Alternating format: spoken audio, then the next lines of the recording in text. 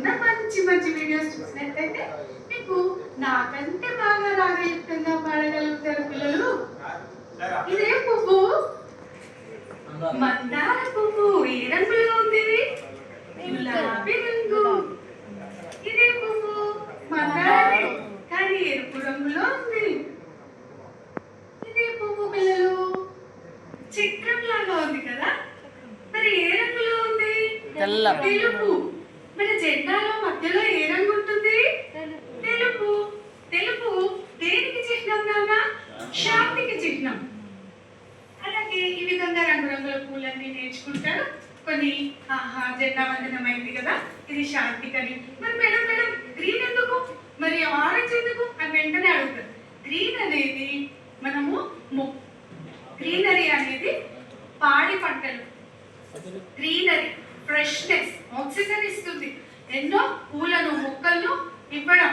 అలాగే వ్యవసాయం కూడా కెమికల్ లేకుండా పండించే వ్యవసాయం కూడా. సరే మనం ఇవాళ ఏం పాట చెప్పుకుంటున్నాం కదా, చెప్పండి ఏం పాట పై ఉండొచ్చు?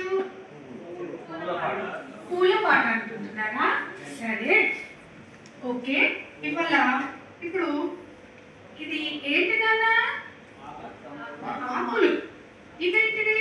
పువ్వులు. దీంతో దొంతరలుగా మనం పేర్చి ఏం తయారు చేసాం నాన్న? బతుకమ్మ.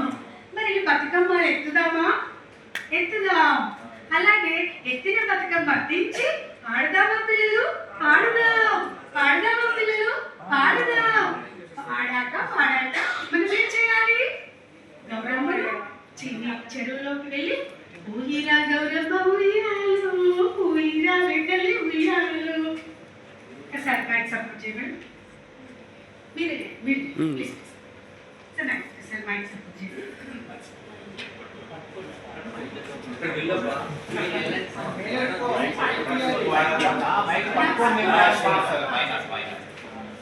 ఊహిరా గౌరమ్మ ఉయ్యాలు, ఊహిరా వెంటలి ఉయ్యాలు,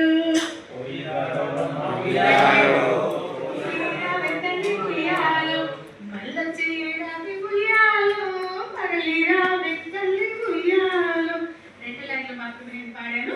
ఇప్పుడు మనము పుస్తకంలో ఎన్ని లైన్స్ ఉన్నాయో చూద్దామా పిల్లలు? పైన స్క్రీన్ మీద షేర్ అయితే ఎలా ఎత్తుకుంటారు గౌరమ్మని? రజనీ మేడం, రజనీ గారు ఎత్తుకుంటారు. రావాలి నాన్న, నీకు ఛాన్స్ ఇస్తున్నా గౌరమ్మని ఎత్తుకునే ఛాన్స్. ఓకే, రజనీ వచ్చే వరకు మనం ఇది చదువుదాం పిల్లలు.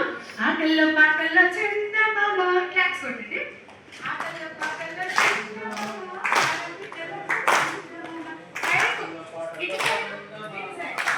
ఆటల్లో పాటల్లో